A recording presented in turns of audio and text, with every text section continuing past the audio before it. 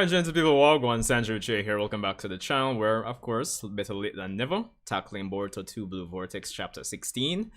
And, yeah, I mean, by right, let me check something here in OBS, but we should be starting a new arc. This should be interesting to say the least. I mean, last time we ended, we had Boruto and Kawaki striking a temporary alliance, it seems, so let's see how things kind of play out for this quote-unquote new arc. The attack on the sand. I don't know. Sand assistance arc. Something. Hey, the sand should start paying Konoha for assistance, honestly. Honestly, it's crazy, fam. Okay, I think everything is looking alright. Let me know if this is looking alright to you guys. Shout out to those of you that will be joining us after the fact or after the stream is over and done with and up. Be sure to leave a like and all that jazz and blues. But without further ado, let's get into it. Boruto 2 Blue Vortex, Chapter 16. And nice cover as per usual. I do like how they have the additional text on it. Love looks not with the mind, but with the eyes. It kind of has that, like, you know, those magazine covers, especially since it's Ada on the cover. It definitely gives that magazine type of, you know, like supermodel type of, you know, type of cover. Anyway, chapter 16, the singularity of fate. Like how they keep including kind of like those scientific terms here, because of course it's Boruto. Anyway, so space-time ninjutsu. It instantly transports you or other people anywhere.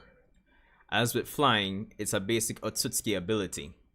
You've manifested it several times in the past, but they were all single accidental bursts under limited, irreproducible circumstances. Okay, so it's still something that you cannot control. However, in about 6 years' time, you managed to master it. 6 years! Oh wow, that's crazy. So, okay, so that's cool. So his prescience definitely does go up to like quite a bit of time. One thing I was kind of concerned about is if most of the futures he saw, if the Shinju basically eat Kawaki or Boruto and take over, and that happens in most of the futures he saw, I was thinking that his prescience basically only goes up until a certain point in all possible futures, basically. But I guess even in most futures, that means that they still would have had 6 years without Kashin Koji's intervention at least. So that's interesting to note when you think about it. Yo, Andrew Wagwan. By marking metal objects with your chakra so that you can sense them, you evolved it into a ninjutsu that enables you to move freely and instantly wherever you want. Oh, so that makes sense. Because sorry for keep stopping here, guys. Because on the official Naruto website, in the the Boruto database, I believe, the way they describe Boruto's flying thunder god was the fact that it seems similar to Minato's own, or similar to Tobirama's own by extension, but they kind of almost implied or classified it wasn't exactly the same thing. So if I'm interpreting this right, it seems that marking his chakra and then using the Otsutsuki space-time ninjutsu to, you know, kind of go places, it kind of reproduces basically the end result of Flying Thunder God.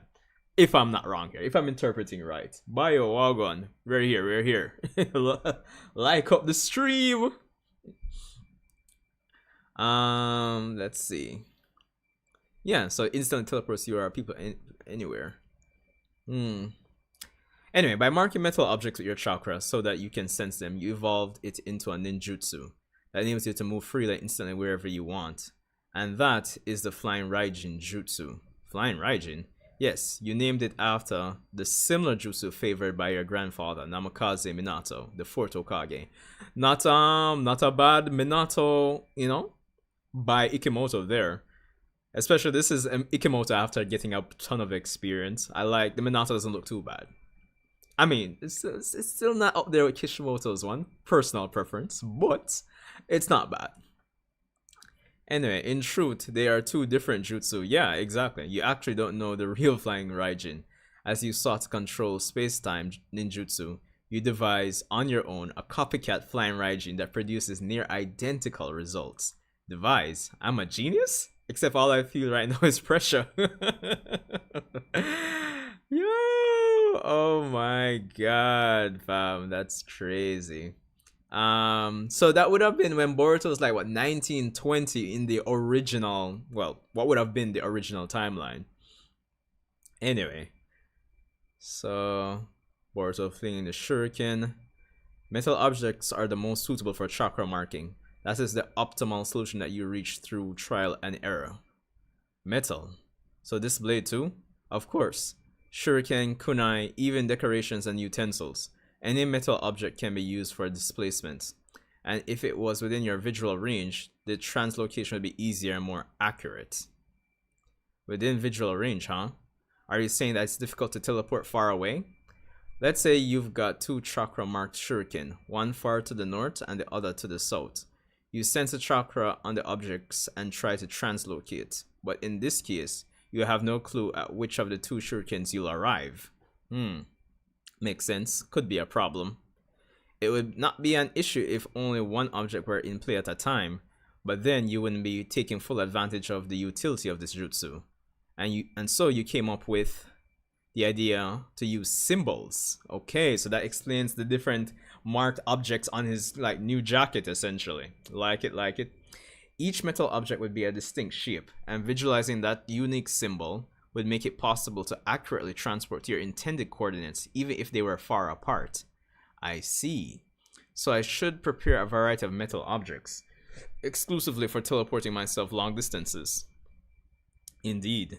But the farther you want to displace yourself, the greater the powers of concentration necessary. So the longer the distance, the harder it is. I guess I have a lot of training ahead of me.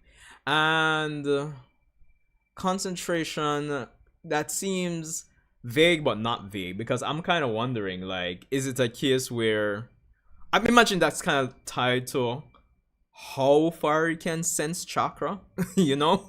Obviously, I think that would be one detail to go a little bit in further detail on. I think that's what they would refer to. But it's cool to know that Boruto, as an Otsutsuki, can sense chakra between dimensions. Granted, this wouldn't be the first. I mean, we've seen Sasuke sense Naruto in the dimension that Momoshiki and Kinshiki took Naruto. So, yeah. Listen, Boruto, in just a few minutes, you've acquired theories and knowledge that took the future you many years to cobble together. But knowledge alone is not enough. In order to truly master the Flying Raijin, you'll need to study and practice an extraordinary amount. Alright?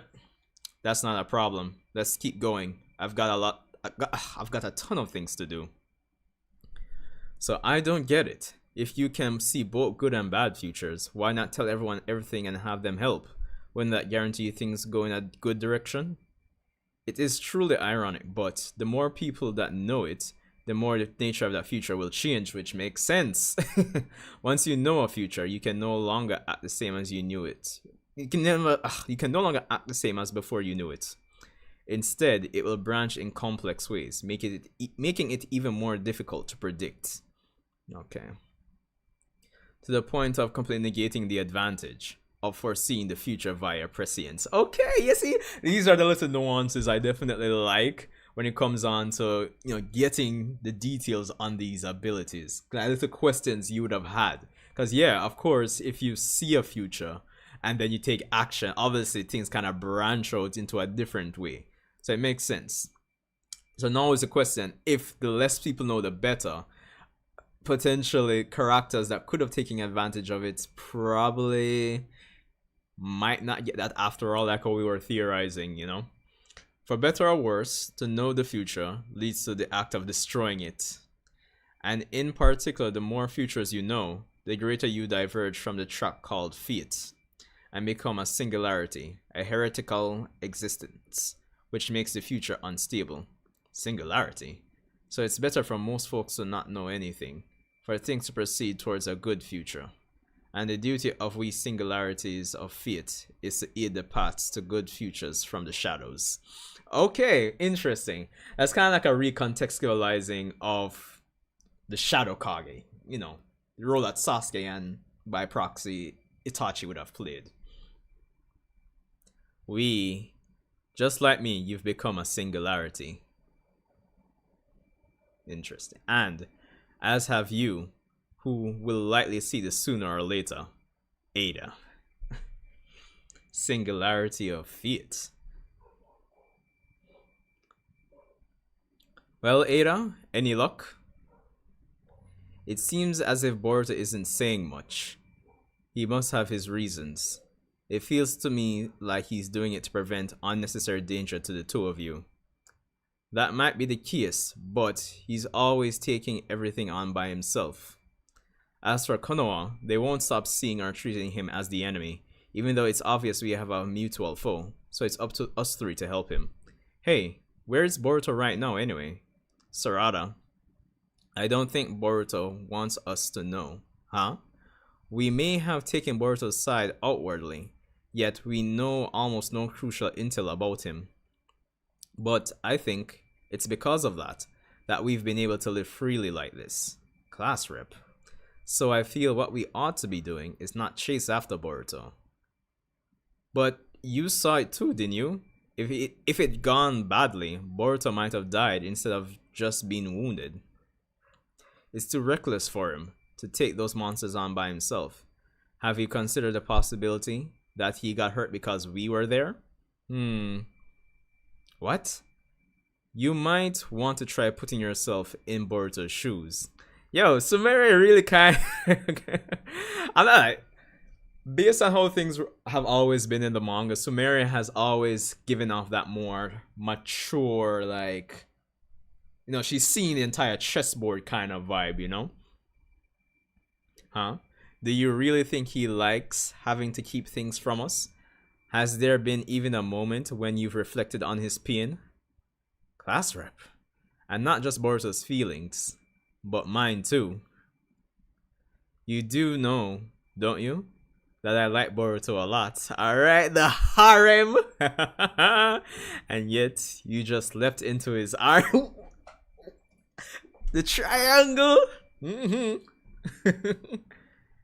Alright, little jealousy. I like it. I like it. I've tried to be respectful of your feelings, to understand that your reaction in that moment was to be expected. But what about you, Sarada?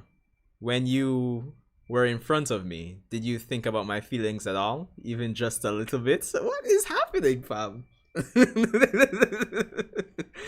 Yo, I don't lie. Like, Sumire really is that. What's kind of cool about this, apart from Sarada getting cooked, but it shows the nuance of I would say Sumire's character, but also humanizes her. Like the maturity, but the human aspect. Like she's admitting certain things, but she still is very transparent about how she feels. So you can empathize with her. Like she's being mature about it, but she's like, yo, I still have these feelings for him. So I definitely like that. It definitely helps to kind of paint her as definitely one of those characters.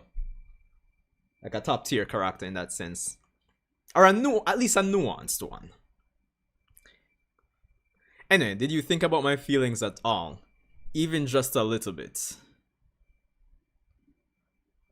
Awkward. Like I can't see. I could see the two of the Ada would say like awkward. It's so tense. I'm afraid to even twitch. And yet, this is crazy fun. Keep going. What is? Yo, Ada is no better, dog. Ada is literally us, the audience. Like, dog, shit. What you gotta say next? Yo, boy, I can't say nothing no. Wow. Anyway. Sorry, I didn't mean to bring this up, especially at a time like this. Alright, runs out. Wait, class rep. How much longer will I still just be class rep to you? That's a good question. Ada, it's Shikamaru. If you have a minute, I'd like to talk to you. What is going on? I hear he's been in the village several times. Moreover, isn't this the daimyo, feudal lord? Moreover, you let him slip right through your fingers when you had him in custody. He's one measly rogue ninja. Why haven't you been able to dispose of him already? Did this guy watch Shippuden, dog? Did you realize how long Sasuke was out at the village? Clearly, this man didn't want Shippuden, dog. Like Rogue Shinobi, we don't get rid of those guys so easily. Please forgive this appalling, inexcusable blunder. Recapture him and snuff him out quickly. Should you fail, those responsible will end up being brought to task. Rest assured, Lord Daimyo, we shall put an end to this in a manner that suits your wishes. Alright, if it were up to me, I'd rather not meet up with you in person, as looking at you muddles my thoughts. I didn't want to censor you in eavesdropping. Besides, I like it when you're out of sorts. It's cute and endearing. And what of Sans circumstances? Unfortunately, it's just as you predicted. There's a new Divine Tree person. His name is Ryu. He's modeled on that Sunagakure boy. Shinki? Damn it. And his target is the Kazekage, Gaara. The Kazekage is safe for now since he's sealed away, but Ryu is able to undo that seal, likely because it's his jutsu to begin with. We need to take down Ryu for Gaara's sake. I'll arrange a mission to Sunagakure stat. By the way, what I saw is from a few hours ago. It wasn't real time. What? There's an annoying divine tree who is actually able to look into my eyes when I'm watching with the Senrigan. That's possible? Is it some sort of ability? I'm not sure, but it made my blood run cold. I don't know what he might have done if I had kept watching. So I apologize, but please don't ask me to watch him in real time anymore. Understood. No worries. Past events are fine. I'm grateful for whatever intel you can gather and report. Oh, and about Boruto. You're the one who set it up, right? Helped him escape using Mitsuki? What are you talking about? Don't play dumb. Relax. I won't tattle on you to Konoha. I mean, it wouldn't be to my advantage to endanger your position. Besides, I just don't intend to reveal anything to you. I haven't told a single lie. Okay. Above all else, I don't want to cause Boruto trouble. Forget I said that. I was thinking out aloud. Kawaki's agreed to team up with him for now, so if you want something done about those divine trees, I'll leave the two of them alone to do it. Ada, Boruto, has a mystery accomplice. Have you seen him? He previously spoke to me in the form of a toad. That toad was familiar. It's Kashin Koji, isn't it? Alright. As sharp as ever, Nara Shikamaru. And yes, you're correct. Listen closely. I'll give you the gist. No questions, alright? What? Saratori Konohamaru, Uchiha Sarada, and Mitsuki. Deploy those three to the land of wind. Okay, so Sarada, Mitsuki, Konohamaru. Either Ryu or Matsuri are bound to show up there, or perhaps even both together. Have your trio team up with 2 Sand Ninja to slay them. Hold on a minute. Explain what's going on. Give me a convincing reason why. I told you, no questions. If it's not enough to convince them, then come up with something plausible. What? One other thing. Do not let Uzumaki Himawari outside Konoha. Juro has set his eyes on her. If she steps outside of Konoha, it may draw his notice and will result in her death. Fortunately, Juro holds Konoha's cultural value in high esteem, and he, himself, is reluctant to wage battle within the village. Okay, that's interesting. I like it, because, again, when you think about it, I've said it before, these characters don't have a reason to, wait to, do what they're doing in the grand scheme of things, if you were just thinking about them just destroying the village. But the fact that they're curious to knowledge, the fact that as they're putting here, yo, the culture, dog, yo, the ramen stand, yo, Matsuri, have you tried the ramen? That's saving Konoha, basically. But anyway, so barring any extreme circumstances, she should be safe for now, as long as she stays within the village's boundaries. And notify everyone to treat him as an ordinary customer. You see, I'm not far off. I am not far off. What are they? See, treat him as a regular customer. So you know what needs to happen now. We need to get Juro by the ramen stand. And then, ramen guy's true plan can be unveiled.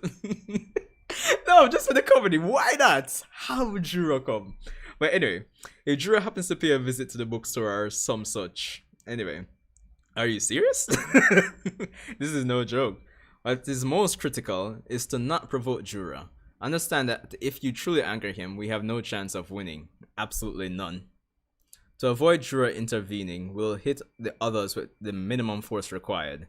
And if Juro shows up, retreat immediately. That's all from me. I wish you luck. I'm trying to remember, did we see Kashin Koji talk to Shikamaru before? I'm trying to remember. If you guys remember, let me know. Anyway. Hey, hold on. My belated thanks for your assistance in Boruto's escape. I'm very much obliged. You followed your heart, going against village laws and your fellows, to carry it out without any proof of the truth. To do what you believed was right. I will not coerce you. Keep following your heart to achieve a good future. Alright. I'm sorry, I'm gonna have to take a smoke for this one. Yeesh, what a bother. Follow your heart, huh? Alright, why the heck did I bring that up? And alright, we skip to the Sand Village. Let's go! Sarada, is something wrong? Nah, it's nothing. I'm fine. Don't space out, or the Sand Ninja will make fun of you. Master Konohamaru, Yodo, and Araya. Welcome to the land of wind. We appreciate your help. Thank you too. Now let's get moving.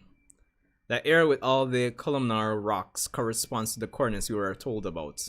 Master, where did Lord It get this intel? I don't know. It's supposedly a reliable source, but I'm dubious about it as well. Yo, been a while. Your aura's changed a lot. You into a guy? What's with this chapter, dog? Huh? No. Not that it matters. Found him. Divine Tree people. Alright. What is this Toad? Damn it. There's two of them. A clue that will lead to Boruto.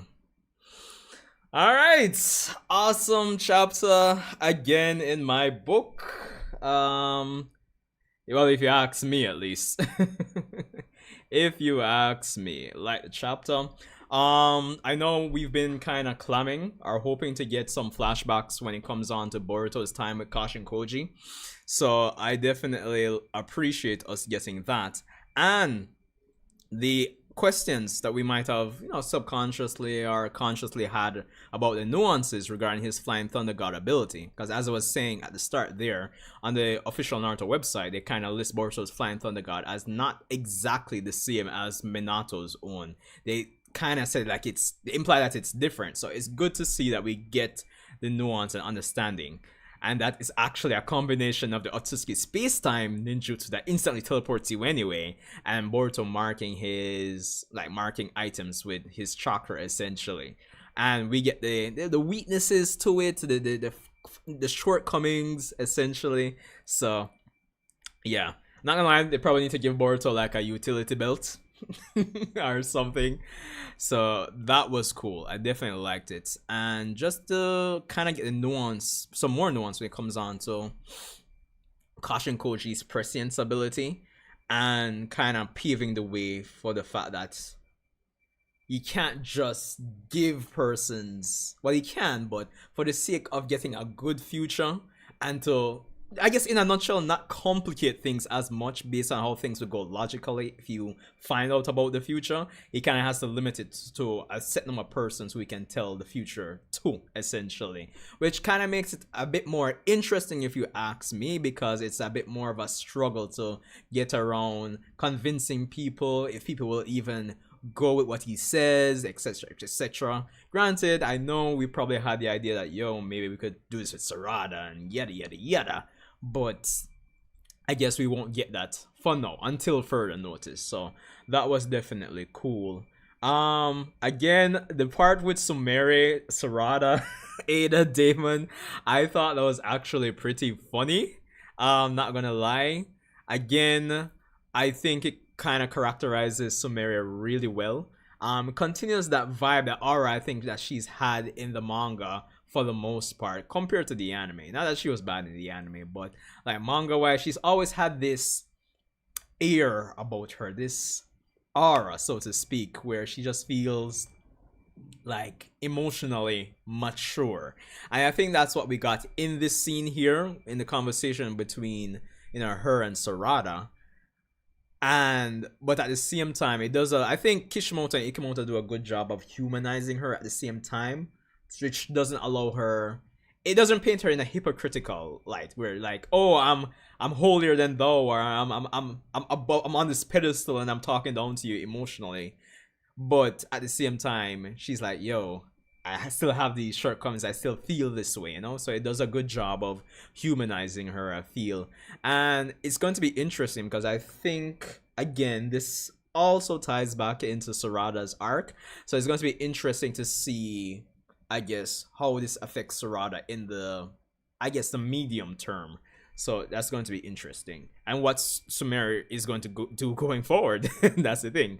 But again, the bit of comedy with Ada there, I thought that was a nice touch to just balance things. Because, yeah, it was like, yo, shit, this is good. But funny at the same time. So I definitely like that part. Now, getting a bunch of the other characters. We didn't get any Boruto this chapter or Kawaki. But we did get the Feudal Lords, Shikamaru, Ada, again, of course. And the mission, our quote-unquote new arc to the Sand Village. But again, more limitations are being placed here where, Ada is not going to be able to actually view things in real time. So, again, that's going to make things a bit more interesting. It makes the, should I say tension? But it makes the conflict a bit more, it puts the characters in a position that they have to play their cards a bit more tactically, So that's going to be interesting from a writing perspective, I believe. Yo, see me now. What's up? What's up?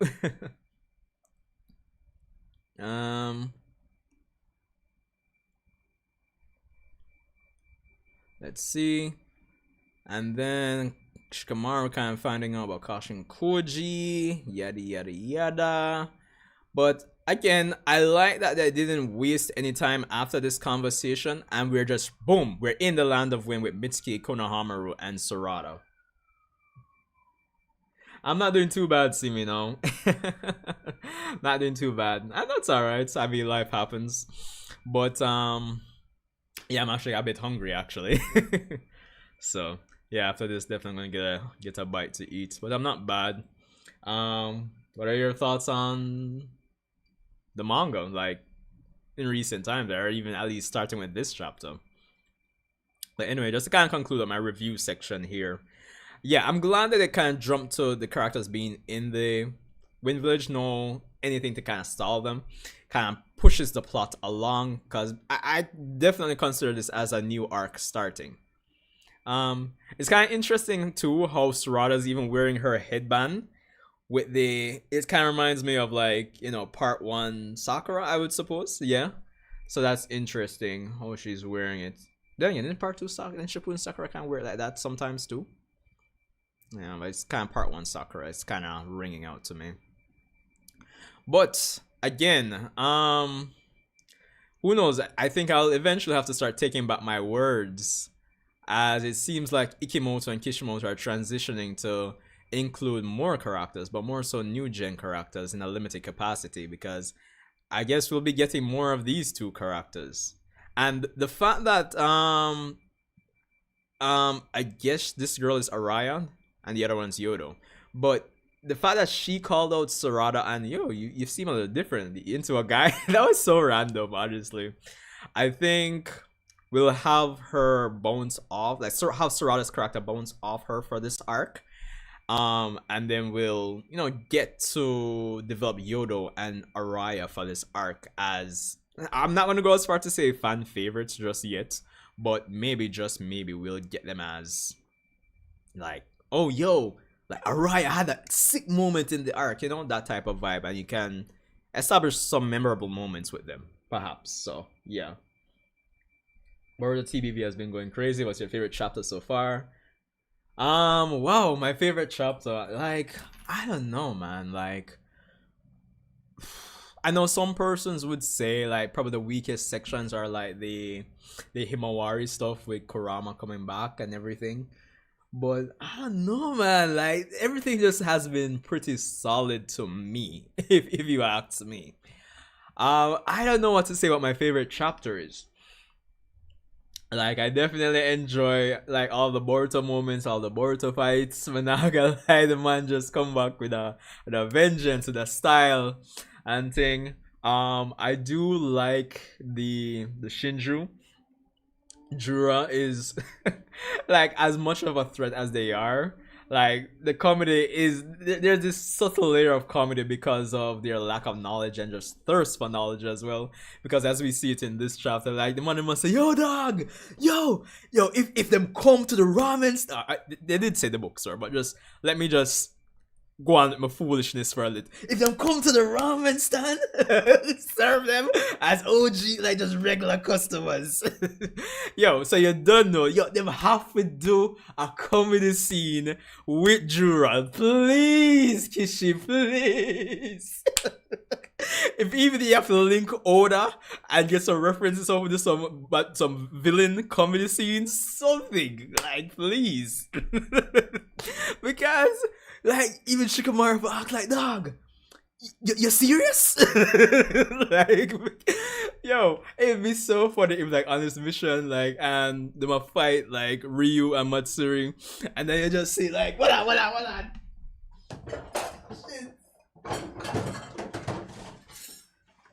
Like, oh like, yo, I guess like Drew, I understand, like, bombas, like ramen, yeah, like, you know, it's good. Yo, honestly, yo, me need that. If they don't do that, this manga has failed. Yo, honestly, I'm telling the truth, man. They need to do that.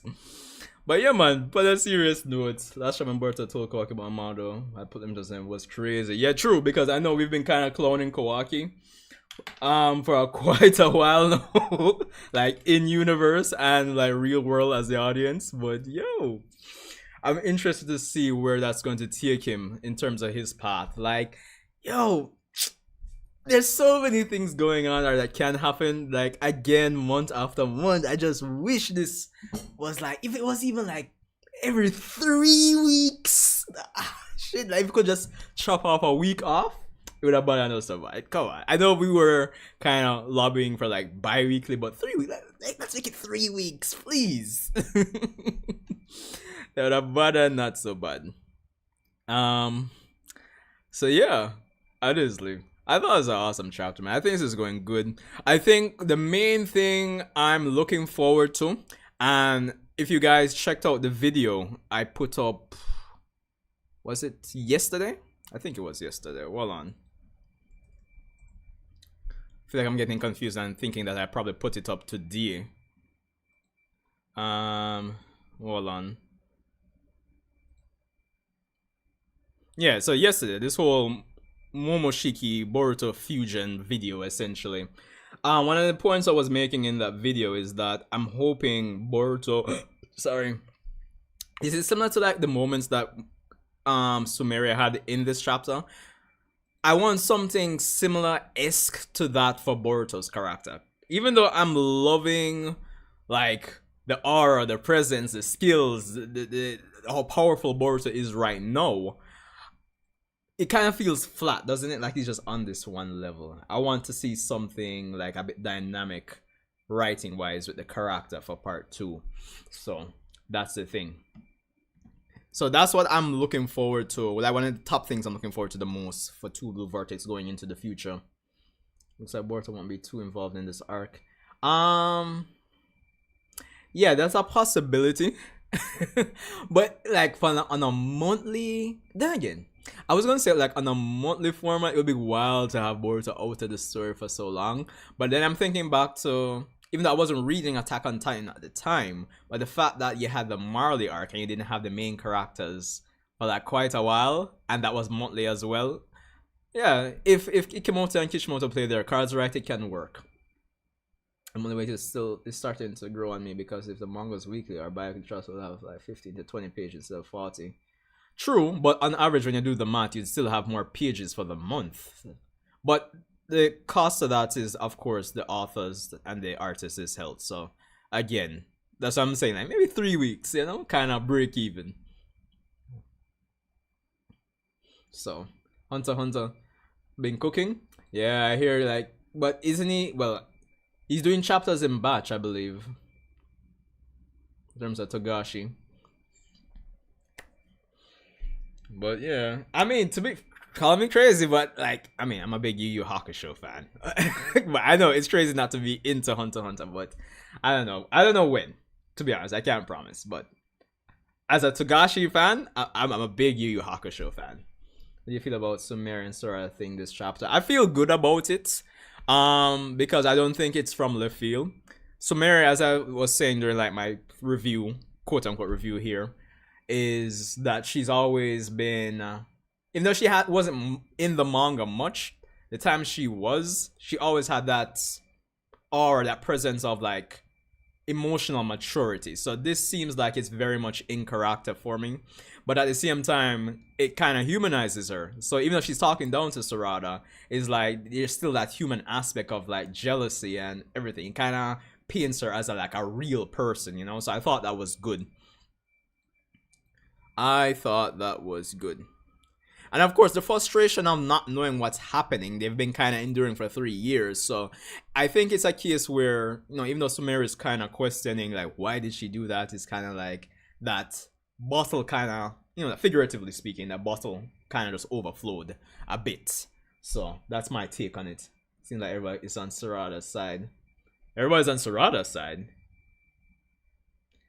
Interesting. I mean, like when you said they're on Sarada's side, that kind of shipping, like a Boruto X Sarada shipping perspective. Let me know if you love. Yeah, I know, because I know the writing seemingly. Let me see. The complexity of the power system and the writing, I guess, improved with Hunter x Hunter, right? So, yeah, I've been told Hunter x Hunter is definitely one of the goods. I mean, I've been seeing that for like 10 plus years, so I have no doubt I'd love it. But it's interesting that you say, Simino, that they're on Sarada's side. I'm assuming that's more so from like the pairing wars. Yeah, I'm not gonna lie, Ada was definitely funny in this one. Ada is funny. Yo, honestly. I mean, as in they look at Sumire looking out for her own stuff instead of Boruto.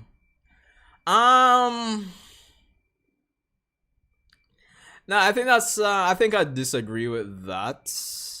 I mean, there's some of that there in terms of her looking out for her own self-interest, because as I said, that aspect of the conversation helps to humanize her, But taking the emotion out of it, she has a point.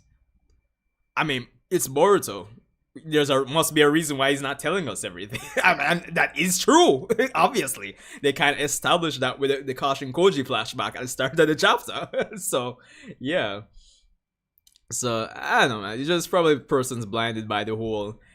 They're siding with Sarada, but like that layer of the peering wars kind of clouding their vision. I think objectively, I'm not really siding with anybody, but I understand. I understand. And at the end of the day, objectively, Sumire has a point. She has a point. She just kind of mixed in some of our selfish desires, but again, I like it. It humanizes her.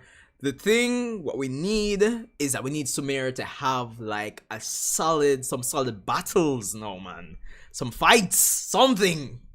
Like, again, and I think me even just saying that kind of ties in with her saying like, how long will you see me as class rep? Like, they need to give her something serious,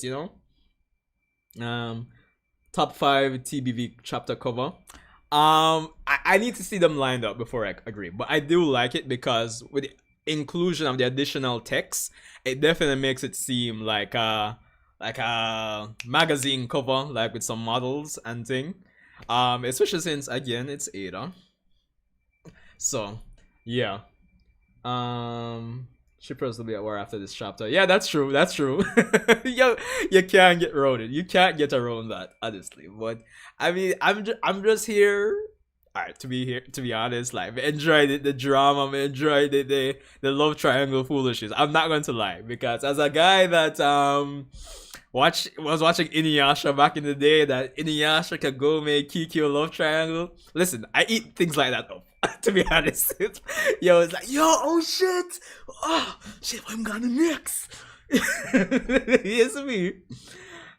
We need Academy Sumire back. Yeah, that's the thing. I think Kishimoto and Ikimoto, they need to reconcile how Sumire was portrayed in the anime and her manga counterpart, because I'm not gonna lie, thinking back on that first arc in the anime, Sumire looked kind of well skilled. So they need to give Sumire a fight, man. Shit. Majinko is on the next chapter cover. Hold on, let me see. So we had 8 of this for this one.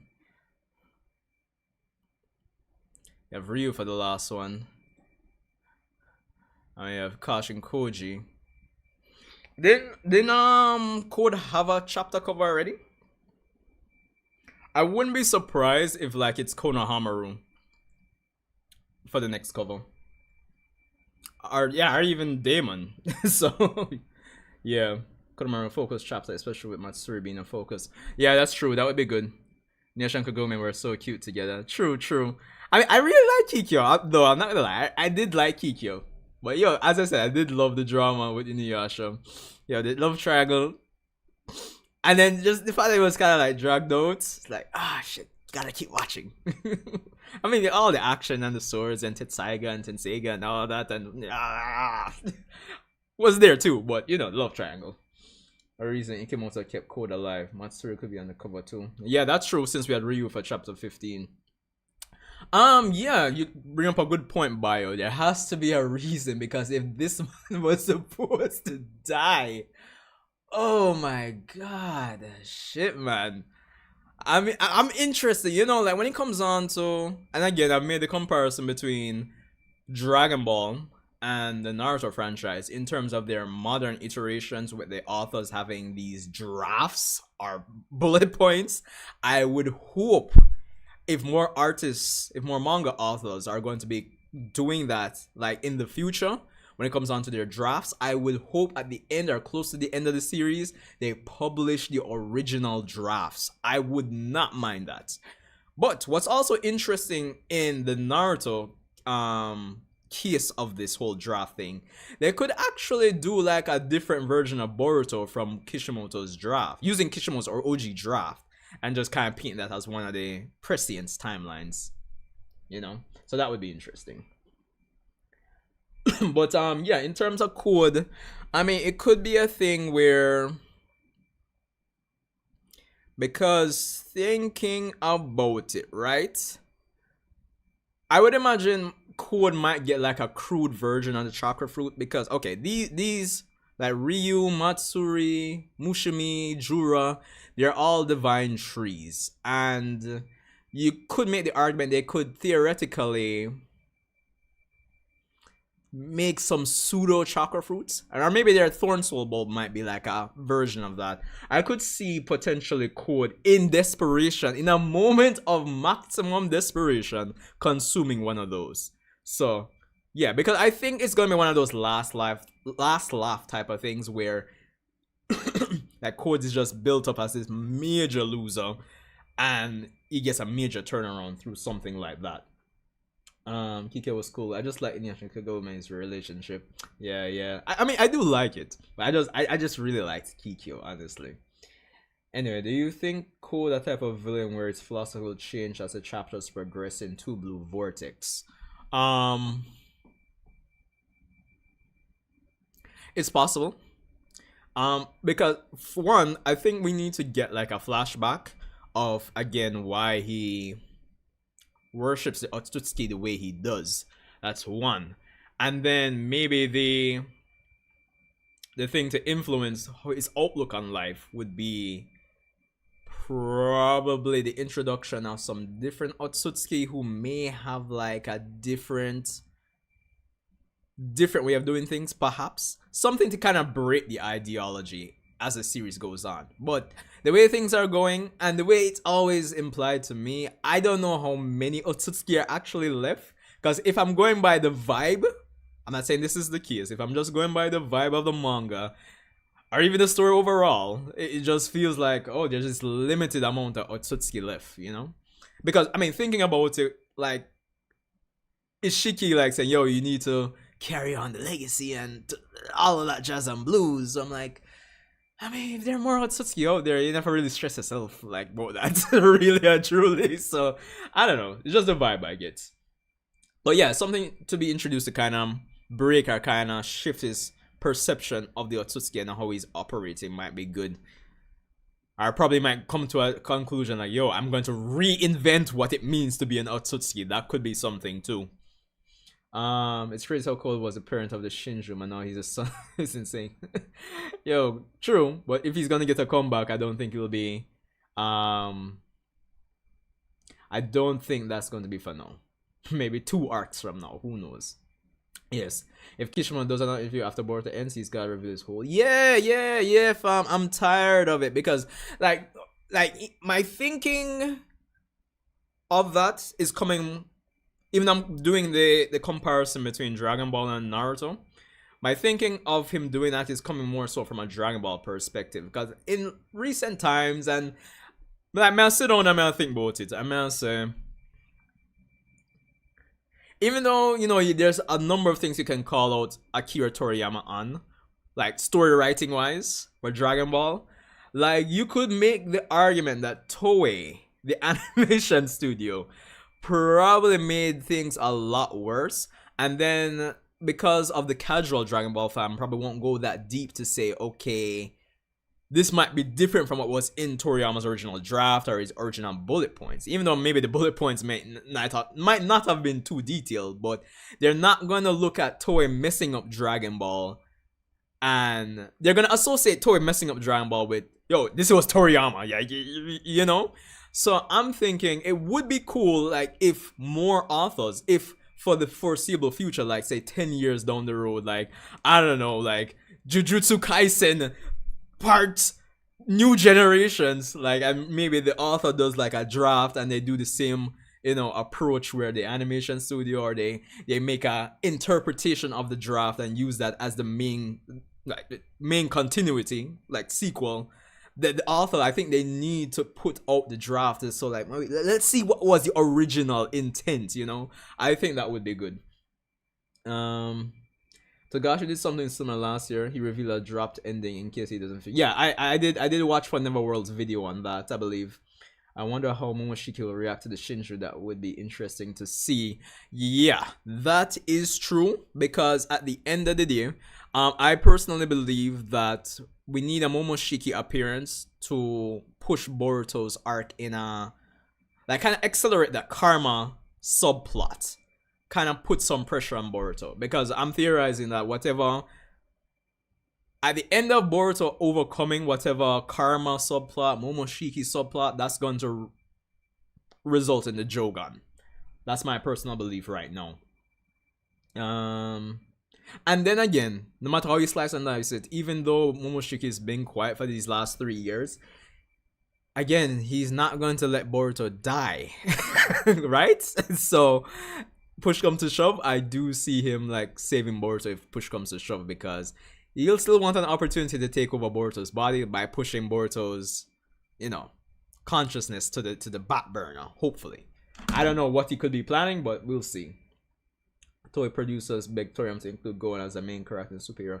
Okay, so that is true, I know. And it would have been interesting to see, like, how that movie would have turned out if it's remained Piccolo-centric. Which it still had a lot of Piccolo. But I'm not saying Toei hasn't done good, but there's definitely a lot of bad too, you could say.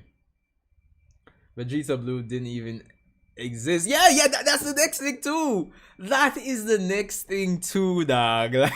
Like, yo, listen, I could go on a complete, like, rant or just breakdown when it comes on to the Goku Black arc, but yo, that's another video. that's something else.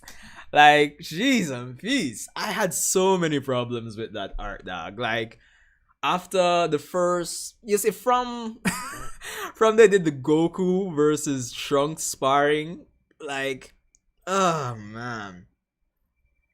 Because in Toei's version of the events, again, you gotta remember that they want me to believe that Goku in Beast is way strong. At least by the start of the Goku Black arc, in Beast is stronger than Super Saiyan God Goku from Battle of Gods. That's what Toei wants me to believe for their adaptation of the story. So, the fact that you add Super Saiyan 3 on top of that and Trunks is sparring, when Trunks, even though he's half sane and they have more potential, Trunks has never been written as a character that can make those big jumps in power.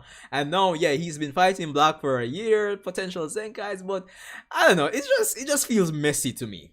But anyway, story for our discussion for another time. Oh boy. Oh boy. Do you think Boruto TBV will be longer than part 1 Boruto?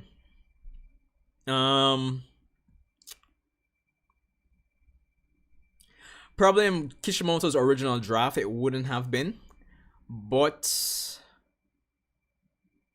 it's hard to say. Reason being, based on the interview that Kishimoto and Ikemoto did, they discussed the original draft and they discussed potential changes. So they could. The thing is, now they could make a. It's a kind of like a domino effect. They could make a change that could spiral into like a long-winded arc or something. So it could be shorter, it could be longer, but because of the nature of how they're producing it and how they're writing it, how they're developing it, it could be shorter or longer. So that's the thing. When Oda makes 2-piece, Toei gonna do the same shit. Yo, listen, when One Piece ends, dog, jeez, I'm hoping Oda's health just keeps up, please. But like, yes, when One Piece done, listen, they're going to milk that universe like, whoa, novels, spin-offs, it's going to be crazy. Yeah, I heard it was supposed to be 20 volumes. Well, the whole Boruto story was supposed to be, like, if we're really taking the old interview from, I think, 2017, 2018, very literally, the whole Boruto story would have been 28 volumes. So, so yeah. But we are on what volume are we on? List of Boruto volumes.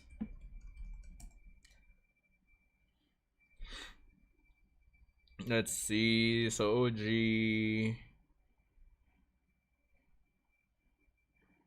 had 20.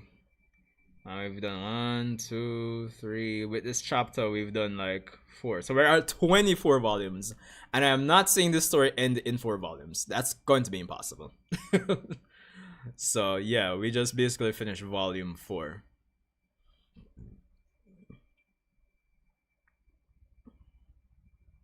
Yeah, that's true. That's true. Cause I mean, you could have plans for something, and then it's like, yo, shit, this got too good now. If I kind of extend it or something, you know. So that's the thing.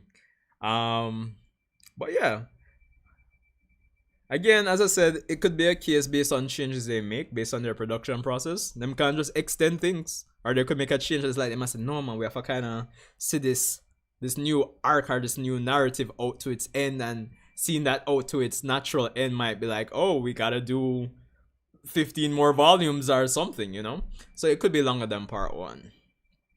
But yo, it's crazy when you think that well, we have one more chapter for the year, I believe. But we're almost what, a quarter of the way of pre-time skip. 20 out of 80 chapters. Yeah, that's crazy to think. To me, that's crazy, honestly. Oh my god. Okay, I'll switch over to this one here. Yeah. But again, like, I really appreciate the explanation in terms of Boruto's like ability. His version of Flying Thunder God. Otsutsuki Thunder God. OTG. Because I'm basically that.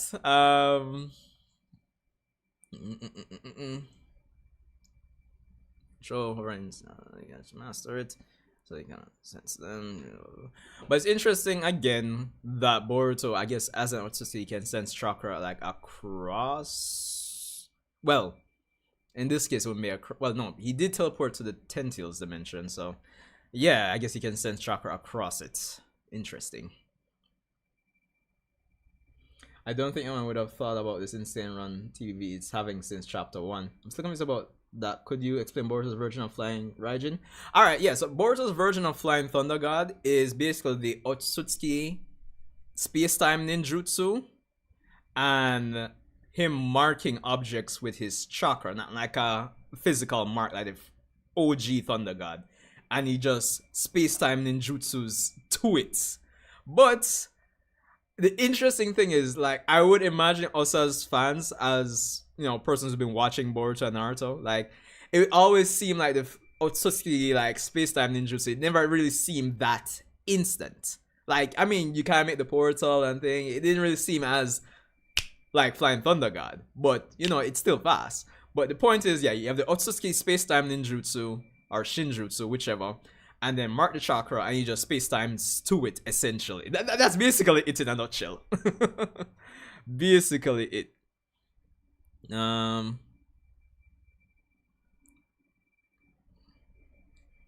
So yeah, it's like him just combine two different things, well, basically two different things to kind of reproduce the same results. But it's not really Flying Thunder God.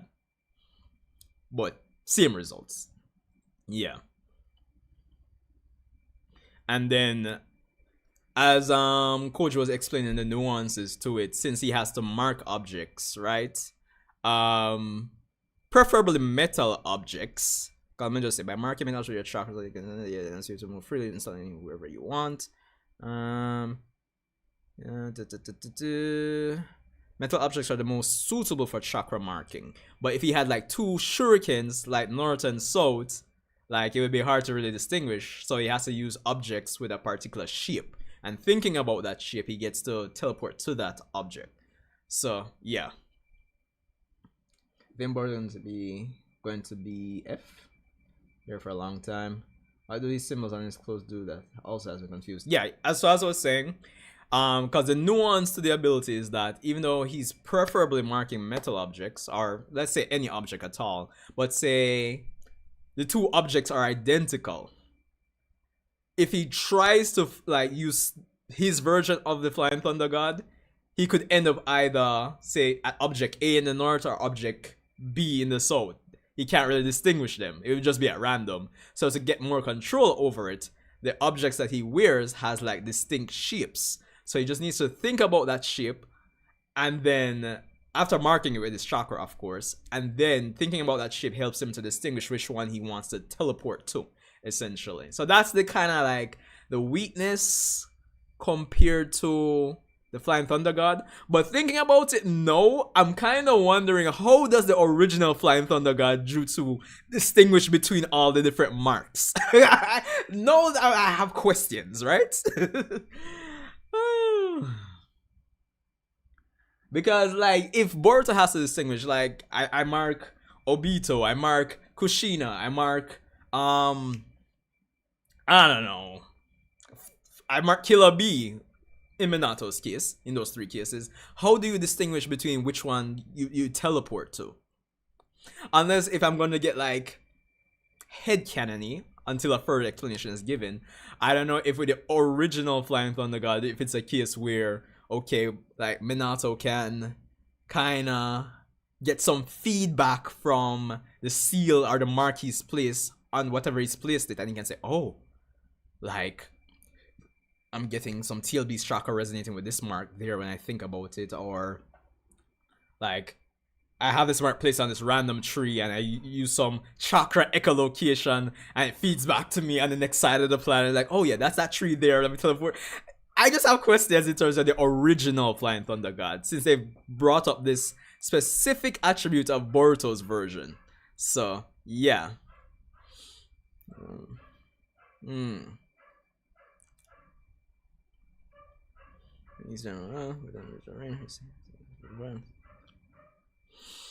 So I think it's good in terms of seeing the feudal lord, because again, I think one of the weaknesses of the Boruto manga has been the lack of like other characters, and seeing the feudal lore kind of helps to remind us or makes it feel a bit more immersive to say, yo, this is like still a fictional world, but the conflict that's going on right now should involve a lot of parties, realistically speaking. So yeah, it's good. I thought it was a good move. And of course, since the feudal lord is a character that we had in the Mujina Bandits arc, even though he wasn't like a super major character, it's good to say, okay, yeah, man, we have these characters that were in the story before. It's good to see them again.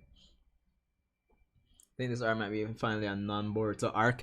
That's going to be interesting if this is going to be a non-Boruto arc, honestly. If it's going to be, say, I don't know, say it's 8 chapters. Yeah, I think 8 chapters would be nice for an arc length, right? Because, I mean, if you convert it to like weekly chapter, basically that would be like 20 something chapters essentially. I hope Boruto would appear like maybe say the 6th or maybe even the 5th chapter. I think that would be good.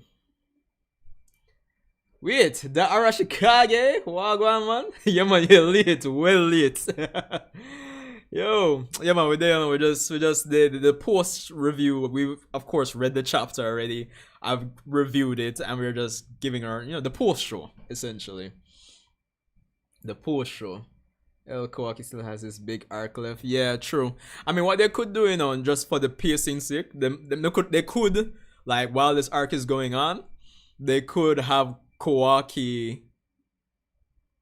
They could have Kawaki be confronting Amado in Konoha, like have him do like some training with his limiters removed potentially. So that could be a thing in the background, and they just kind of flash back to it. So who knows? Who knows? Guys, remind me, but Boruto with his hair like this is 1 year after he left Konoha, right? Or is this 2 years? I'm trying to remember. Just remind me. Because I know he would have trained with Sasuke for a year, if I'm remembering correctly. And then he would have went off, and then he would eventually bumped into Kashin Koji. So, yeah. But remind me if anything. But what else was I gonna say? Again, the fact that Boruto, let me see if I can get back to the line.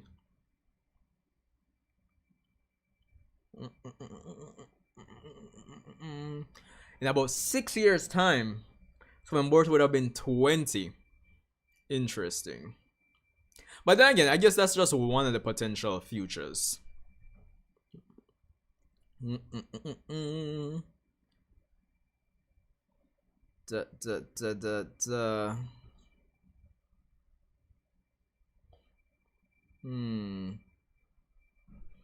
it's still 50-50 with fans.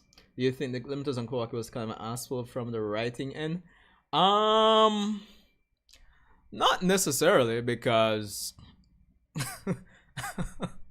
I mean, I think it's in character for Amado to do something like that anyway. So it's like, I wouldn't say an asshole, really and truly.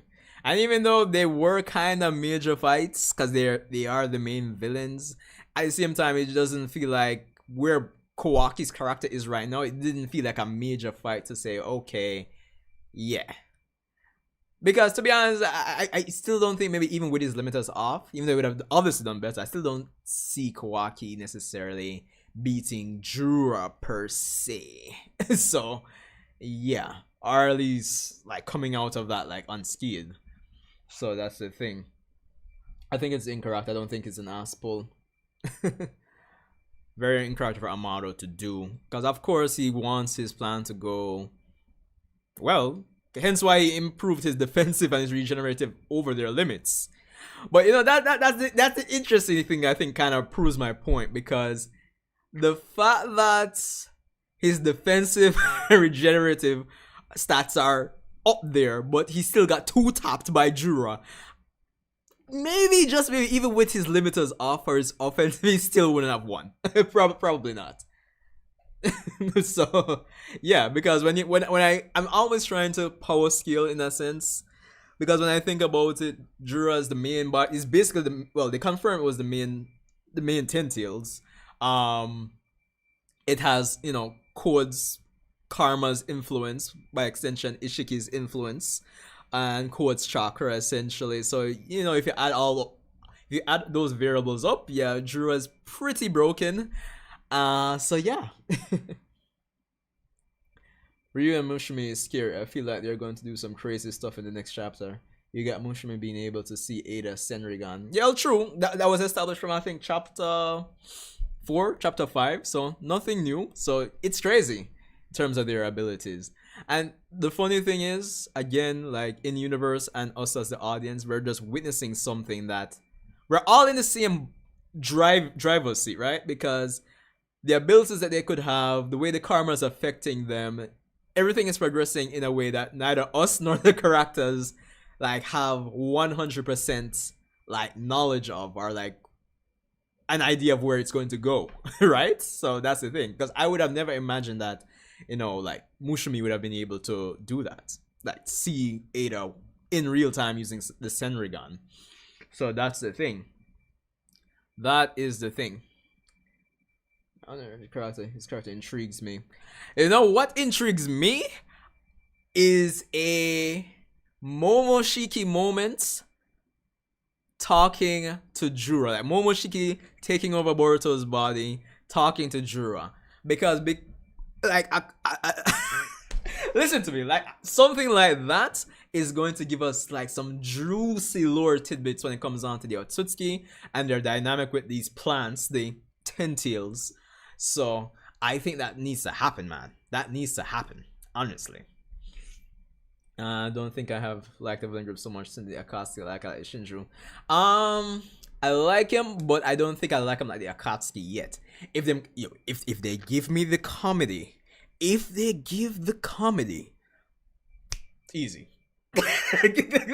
easy, like, because it's just gonna be funny, dog.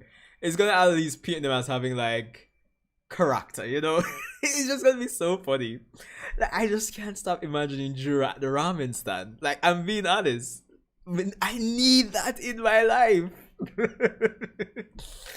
Yo, honestly. But yeah, man, as I was saying, like, I think we need a Momoshiki taking over Boruto's body moment and getting an idea of how strong Boruto really is through Momoshiki, and get some lore tidbits when it comes on to the Otsutsuki, because we have questions similar to like we had some probably subconscious questions about Boruto's Flying Thunder God, because again the website kind of painted it at the time before this chapter that it wasn't the same. I'm gonna just pull it up.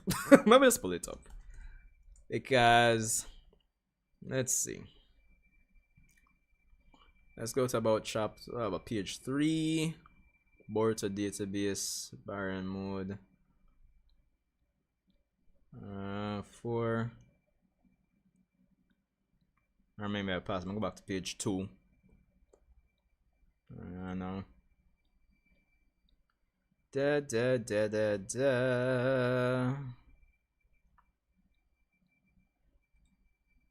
Come on. Boruto did Shidori. Sukuna Kono, Daikokuden. Yeah, there we go. Flying Raijin Jutsu. So a teleportation ninjutsu that Boruto's grandfather, Fort Hokage Minato Namikaze, was famous for. Users can teleport to specific points that have been previously marked. With the help of Kashin Koji, Boruto develops his own variant of the technique, which could technically be considered an entirely separate jutsu. Compared to Minato Namikaze's Flying Raijin Jutsu, it has more limitations. So, as we see here, like, they already painted it as having some difference, even though we didn't know yet. So I'm glad they actually explained that. But the fact that they actually put it like that here, I guess they kind of just pulled from Kishimoto's draft like ahead of time to say, yeah, it's actually entirely different. So they basically told us before. Oh god. Has there been any update about the Boruto anime? Nope, there has been no updates. And the fact that we have no update about the OG, the extra OG Naruto episodes. So, I'm just saying. You would think we'd need to get those first before anything else. At this point, I could see this arc in the Sand Village going by first before even getting that inkling of the Boruto anime. So right now, I'm not even optimistic about hearing anything about the Boruto anime, even at Jump Festa next month. Right now, I'm expecting to hear about the OG Naruto episodes for next month. And then, God Spare Life, 2026. Maybe the end of the year, maybe even 2027. I'm just saying. Parrot in the Mud, Bleach ain't even hitting. Nah, I gotta disagree, man. Bleach has been, that last Bleach, I actually need to edit my reaction review for that Bleach episode. Shit. But yeah, man, Bleach been kicking for me. I don't know about you. I'm not sure exactly when Jump Festa is this year, but the cliche thing is that it would be before Christmas. Yeah, like maybe the 21st, 22nd, 23rd, thereabouts. Or maybe even a little bit before that. Oh, the Boruto gets announced to return. I don't know, man. I mean, if I'm wrong, fine. But honestly, I still think it's too soon. I know one of my original predictions was, I think, April 2025 at the time. But the way things feel to me, I think even 2026 would be better. Honestly. Have you heard the dub voice for Code? It sounds crazy. Nah, I haven't actually been watching Boruto in dub at the time. Granted, I have been rewatching Naruto, crazy enough, almost to the end of the story, skipping the fillers. Been watching that in dub for the most part. So, yeah. Boy, what you mean, Medag? I mean, Bleach. Come on, dog. It's been kicking, dog. It's been kicking. The additions, the lure. Come on. The weekly just isn't it. Yeah, that would be good because what they could do. I mean, we've discussed this already. They could do a seasonal for the omnipotence arc, if you want to call it that. They could add some additional fight scenes and thing. Yeah, so adapt from basically chapter 68, I believe, or 69 to chapter 80, and then breeze it. It'd be nice to get a Boruto movie, like an actual Boruto movie. That would be nice. And then maybe after another year, come back with 2 Blue Vortex. That would be nice. So, yeah, in the Code arc, not the Kawaki arc, of course. Yeah. Well, so it goes still. Let's go to see Eisenbach, I guess. I'm mainly talking about the animation, but I'm probably just not as big on Bleach as you are. Oh, yeah, probably might be that. I mean, Aizen's always a treat, I suppose, to see. But even that last episode from last like Saturday Gone with Renji versus Uryu, I thought it was great, man. Honestly, great stuff. Still waiting on my God of Thunder manga. He doesn't know what I mean. Yo, next early made the 4 episodes. Naruto Trailer 3 years old. Really? That's been 3 years? Really? What are they? Hold on, no, dog. That was 3 years ago? That can't be, dog. Hold on.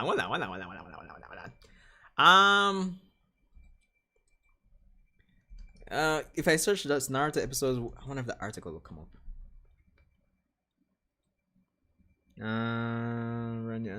Okay, hold on. No, man, it can't be 3 years.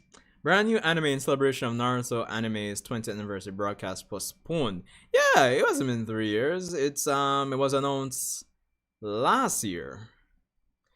Because those episodes were supposed to come out in October of last year, but they didn't.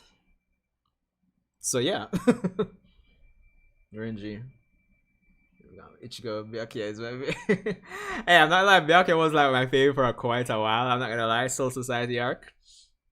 I'm not much of a pairings person, but I can definitely see the appeal in Ruki and Ichigo. 2022.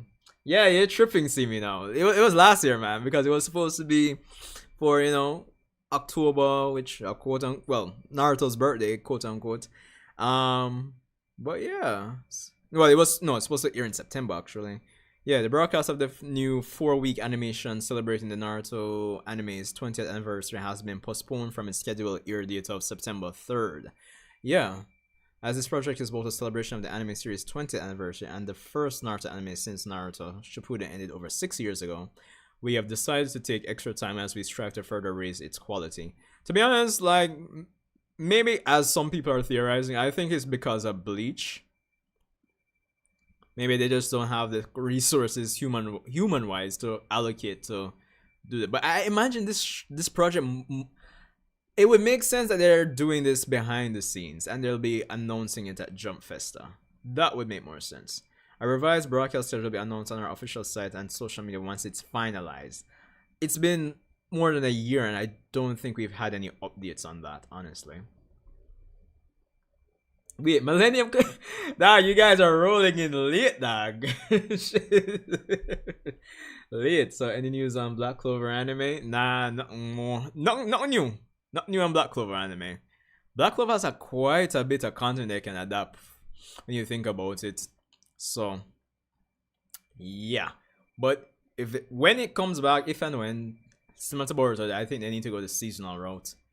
Seasonal route.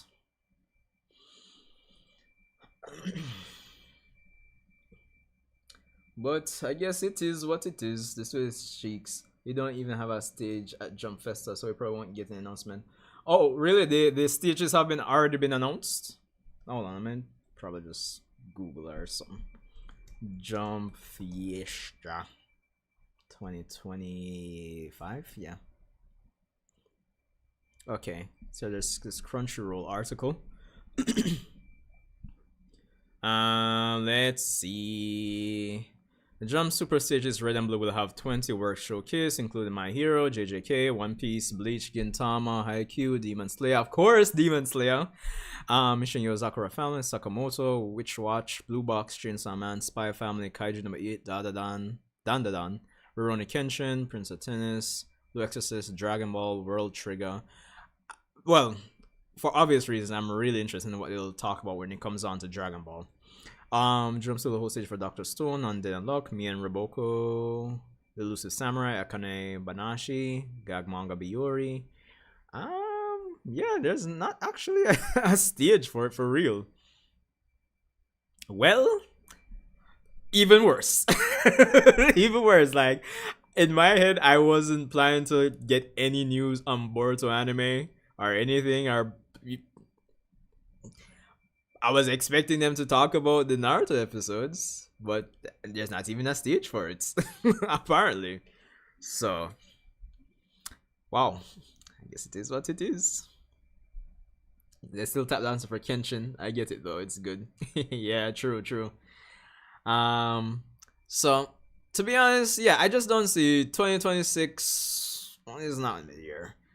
What I foresee, as I said, is them, Kishimoto and Ikimoto, breezing through this upcoming arc in the Sun, maybe 8 to 9 chapters, and that takes us to the end of summer next year, and then they start another arc.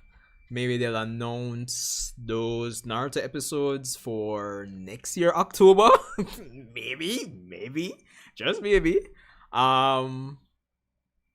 And then maybe 2026 is when you'll get the Boruto anime. And if, to be honest, if it was up to me, Boruto anime wise, I probably wouldn't do it until, if it's gonna be 2026, I probably wouldn't do it till like fall 2026, to be honest.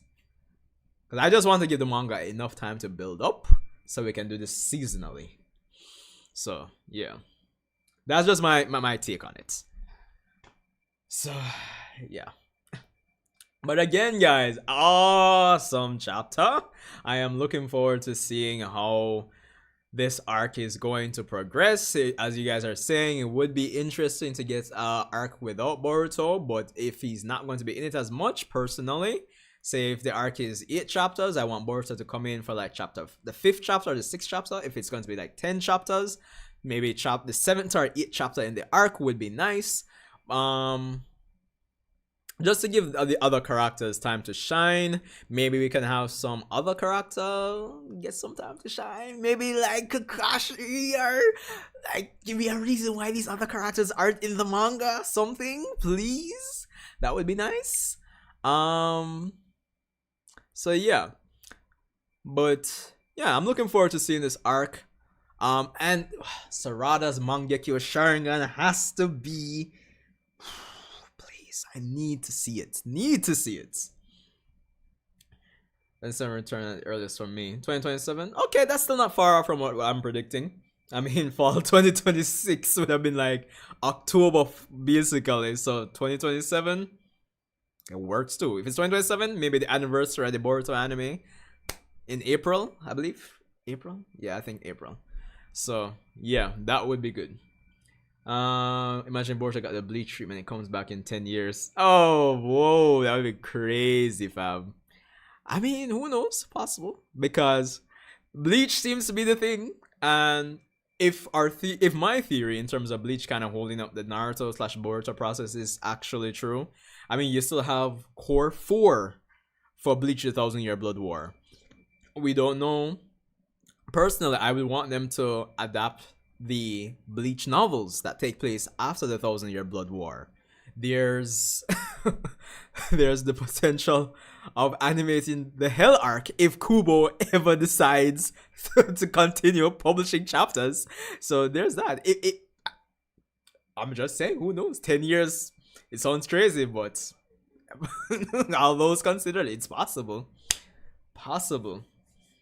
But I doubt that happens for real. As Bio always say, I doubt that's going to happen. Doubt it. Highly doubt it, dogs. 2023 board time to come up would be crazy. Yeah. 2027 the latest. I don't see beyond that. 2026 the earliest. 2027 the latest. So yeah, Kubo on his Togashi shit right now. I'm not lying. Not true. It's true. Oh god. But anyway, guys, I'm gonna call it that for now. I actually wanted to start the stream earlier, but when I came home I had to head back out. But yeah, so I definitely will see you guys for the end of month subscriber stream. Next month though, I need to probably tell the guys from now, like, you know, Mello, Bara, those guys, to, cause I think we're making the final subscriber stream for the year. Like, we're making this like a cultural thing on this channel now. We're gonna have to make it like 5 hours with all the guys on here. So yeah, that should be interesting. Oh, last thing. If you guys haven't watched the Boruto Momoshiki merger video, you should definitely check that out.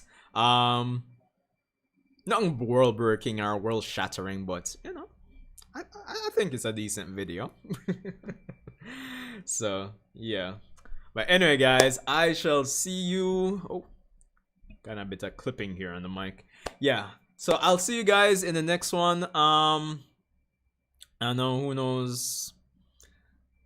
I mean, I still have my Daima video from last week and Bleach from last week to put together, but let's see what we can do for more Boruto content. This Jogan Theory video was like a return to form in terms of doing Boruto discussions again, so we're trying to get back to form, you know?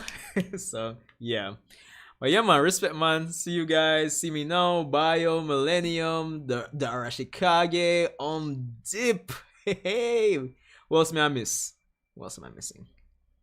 Andrew, if you're still there, yo, just shout out to everybody that joined the stream, man. Honestly, awesome stream, love it, and awesome chapter. Boruto 2 Blue Vortex is just killing it, if you ask me. So I can't, to be honest, I can't wait till the anime comes back and gets to this point. I'm interested to see the wider community and their opinions on Boruto at that time. So just my take on it. Anyway, I need to get something to eat. I need to beat. I need to iron for work. Adulting. So it's crazy. Anyway, I'll see you guys in the next one. Just be safe and we'll talk.